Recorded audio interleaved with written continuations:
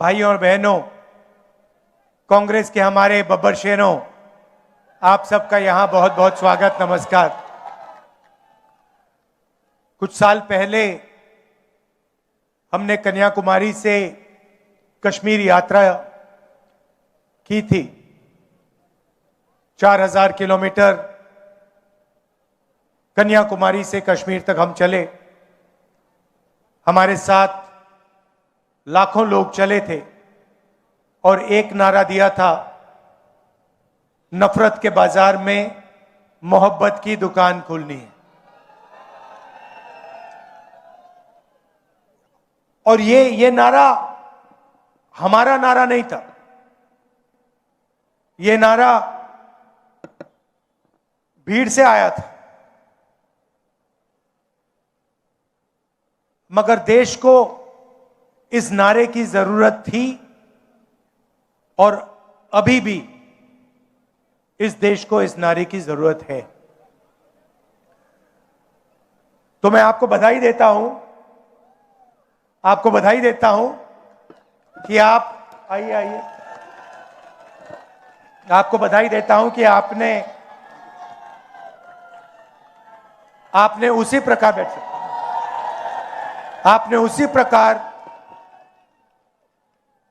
हरियाणा में ये यात्रा की, जनता के बीच में गए, हरियाणा की सड़कों पे चले।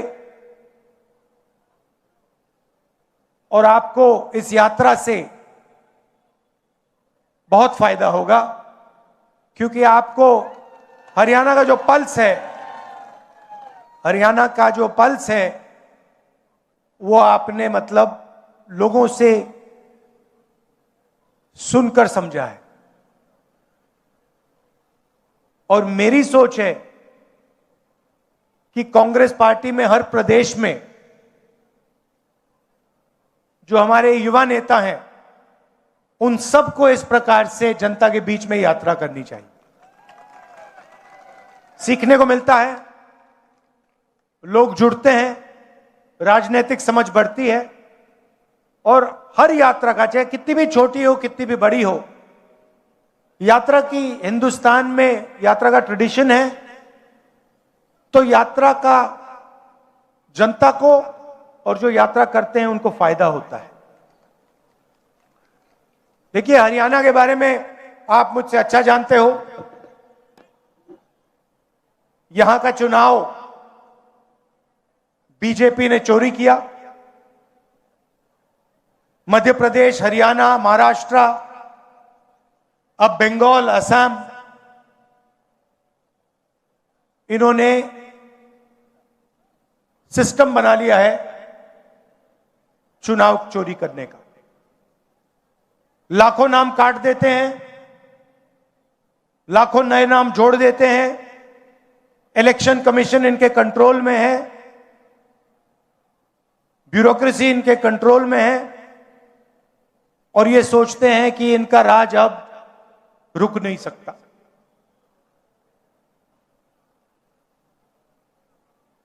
मगर टाइम आने वाला है इनका।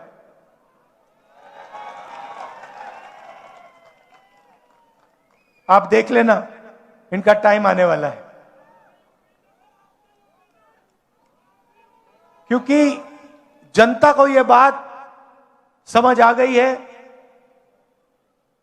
कि नरेंद्र मोदी जी, अमित शाह जी देश को बेचने का काम करते हैं।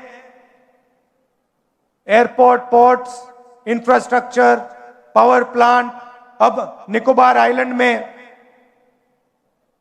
पूरा का पूरा वहां पे बेच रहे हैं अदानी जी को। तो जनता को बात समझ आ गई है, इलेक्शन चोरी होता है और फिर आपका धन आपसे छीना जाता है, अदानी अंबानी को पकड़ाया जाता है। मैंने आपसे पूछा कि हरियाणा में सबसे बड़े मुद्दे कौन से हैं। आप हजारों किलोमीटर चले हो और आपने कहा कि हरियाणा में सबसे बड़ा मुद्दा बेरोजगारी का मुद्दा है। और ये सिर्फ हरियाणा की बात नहीं है, पूरे देश में बेरोजगारी फैल गई है, युवाओं को रोजगार नहीं मिल सकता है, डिग्री मिल जाती है, प्राइवेट यूनिवर्सिटी में, कॉलेज में डिग्री मिल जाती है, मगर फिर रोजगार नहीं मिल सकता। छोटी industry, small medium size industry सारी की सारी बंद हो गई। सीधा सा मॉडल है, अदानी अंबानी जी को देश का धन दिया जाता है और चाइना का माल हिंदुस्तान में बेचा जाता है। युवाओं को इंस्टाग्राम, सोशल मीडिया, इसका नशा दिया जाता है। और अगर आप सबूत चाहते हैं कि नरेंद्र मोदी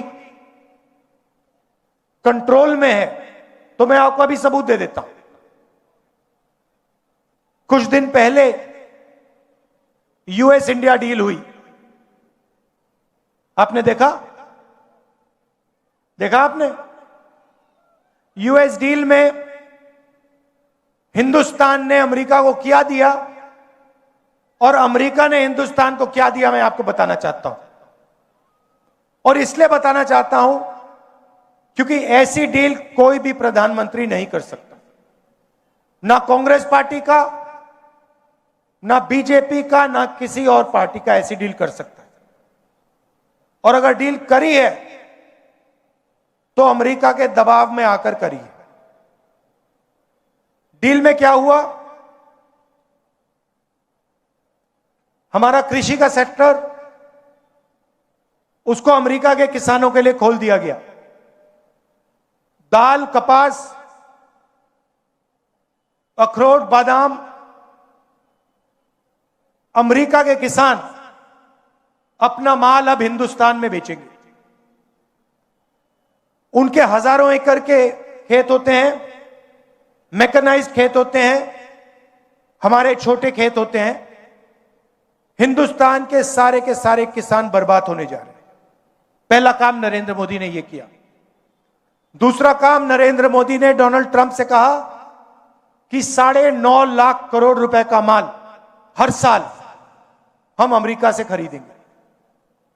मतलब हमारे सारे के सारे कारखाने, सारी फैक्ट्रियां, स्मॉल मीडियम इंडस्ट्री सारी की सारी बंद हो जाएगी, अमेरिका का माल हिंदुस्तान खरीदेगा। तीसरी बात, और शायद सबसे खतरनाक बात, नरेंद्र मोदी ने अमेरिका से कहा कि हम उन्हीं से तेल खरीदेंगे जिनकी परमिशन आप हमें दोगे। आपसे पूछे बिना हम किसी से तेल नहीं खरीदेंगे, चाहे सऊदी अरेबिया हो, वेनेजुएला हो, इराक हो, ईरान हो। हिंदुस्तान तेल खरीदेगा तो अमेरिका से पूछकर, डोनाल्ड ट्रंप से परमिशन लेके खरीदेगा। और चौथी बात, आपका सारा का सारा डेटा, जो आप बातचीत करते हो, मैसेजेस भेजते हो, आपका मेडिकल डेटा, अस्पताल में आपका जो डेटा है, सारा का सारा नरेंद्र मोदी ने अमेरिका को पकड़ा दिया है। तो ये 4 चीजें नरेंद्र मोदी ने अमेरिका को दी। हिंदुस्तान को क्या मिला? हिंदुस्तान को कुछ नहीं मिला, जीरो, कुछ नहीं मिला। हमारा टैक्स बढ़ गया, उनका टैक्स जीरो हो गया, हमारा डेटा गया, हमारा कृषि का सेक्टर गया, हमारी ऑयल सिक्योरिटी, एनर्जी सिक्योरिटी गई, हमारी इंडस्ट्री बर्बाद हो गई। अमेरिका का कुछ नहीं गया।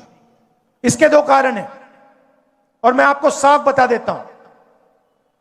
सबसे पहला कारण, आपने नाम सुना होगा एप्स्टीन का, सुना है? 30.5 लाख एप्स्टीन की फाइल्स अमेरिका में पड़ी हुई है। नरेंद्र मोदी की पूरी हिस्ट्री, उसका चरित्र उन फाइलों में है। और डोनाल्ड ट्रंप यह बात जानता है, समझता है। डोनाल्ड ट्रंप खुल के कहता है, मीडिया में खुल के कहता है, अपने ट्विटर पे खुल के कहता है कि नरेंद्र मोदी के करियर को मैं 1 मिनट में खत्म कर दूंगा। और दूसरा काम, अदानी कंपनी पर अमेरिका में केस लगा रखा है, क्रिमिनल केस। अदानी जी हिंदुस्तान के सबसे बड़े बिजनेसमैन हैं, अरबपति हैं, मगर हिंदुस्तान से बाहर नहीं निकल सकते, क्योंकि जैसे ही हिंदुस्तान से बाहर जाएगा, अमेरिका में इस पर केस है, क्रिमिनल केस है, इसको पकड़ के ये ले जाएंगे। और ये केस अदानी पे नहीं है, ये बात आप समझिए, ये केस नरेंद्र मोदी पर है, क्योंकि नरेंद्र मोदी और अदानी एक है।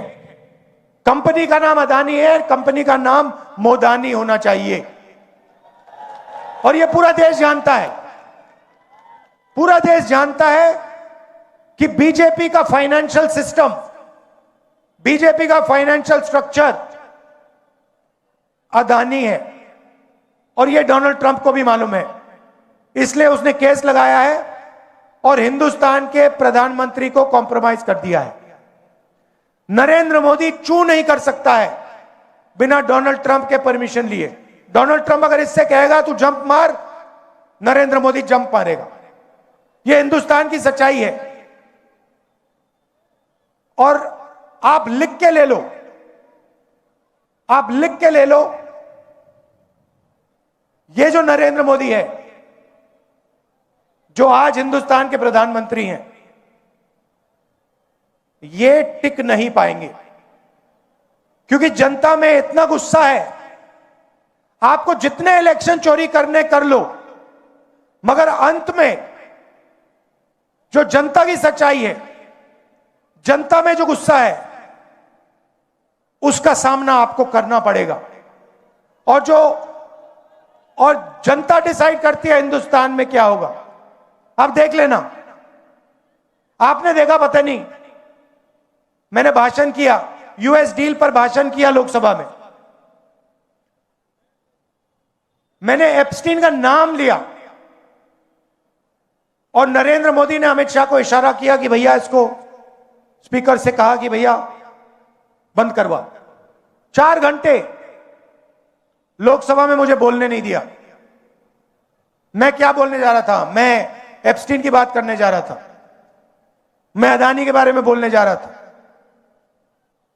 मगर नरेंद्र मोदी जी उठ के पार्लियामेंट हाउस से भाग गए। आंख में आंख नहीं मिला सकते, यह सच्चाई है।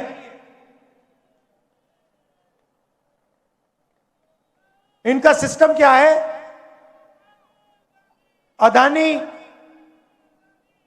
इनकी पूरी मार्केटिंग करता है, इनको ये पूरी देश का धन पकड़ाते हैं। इनके पास ईडी है, सीबीआई है, इनकम टैक्स डिपार्टमेंट है। और सीधी सी बात है, हम नरेंद्र मोदी से, ईडी से, सीबीआई से, इनकम टैक्स डिपार्टमेंट से डरते नहीं। कर लो जो करना है, कोई फर्क नहीं पड़ता। हम कांग्रेस पार्टी, आप लिख के ले लो, कांग्रेस पार्टी नरेंद्र मोदी को हराएगी और फिर देखना हम क्या कार्रवाई करते हैं नरेंद्र मोदी के साथ। क्योंकि इन्होंने देश पर आक्रमण किया है, लोकतांत्रिक सिस्टम पर आक्रमण कर कर इन्होंने अंबेडकर जी के संविधान पर आक्रमण किया है।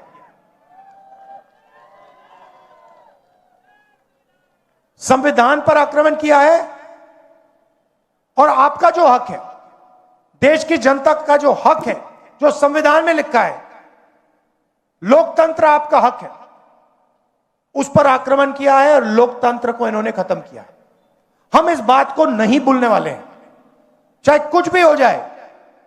विचारधारा की लड़ाई है और 2 ही विचारधारा इस देश में लड़ती हैं, राजनीतिक 2 ही विचारधारा है, एक आरएसएस की, नफरत की, बंटवारे की, दूसरी कांग्रेस पार्टी की, मोहब्बत की, एकता की विचारधारा।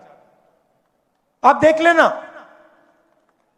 बाकी सारी की सारी पार्टियां इनके सामने नहीं खड़ी हो पाएंगी, एक नहीं हो पाएगी। और अंत में सिर्फ कांग्रेस पार्टी खड़ी होगी और कांग्रेस पार्टी इनको हराएगी। और हमारे जो बब्बर शेर यहां पे आए हुए हैं, आप याद रखो, आप किसी से डरते नहीं हो। आप याद रखो मैं क्या कह रहा हूं, नरेंद्र मोदी को, अमित शाह को कांग्रेस पार्टी हराएगी, बीजेपी को कांग्रेस पार्टी हराएगी। एक बार फिर मैं आपका धन्यवाद करता हूं कि आपने ये यात्रा की, हजारों किलोमीटर आप चले। मैं जानता हूं 1000 किलोमीटर, हजारों किलोमीटर चलना आसान काम नहीं है, मुश्किल काम है, आपने किया। पूरा मेरा सपोर्ट है आपको, हरियाणा कांग्रेस का सपोर्ट है, इंडियन नेशनल कांग्रेस का सपोर्ट है। बहुत बहुत धन्यवाद, नमस्कार, जय हिंद।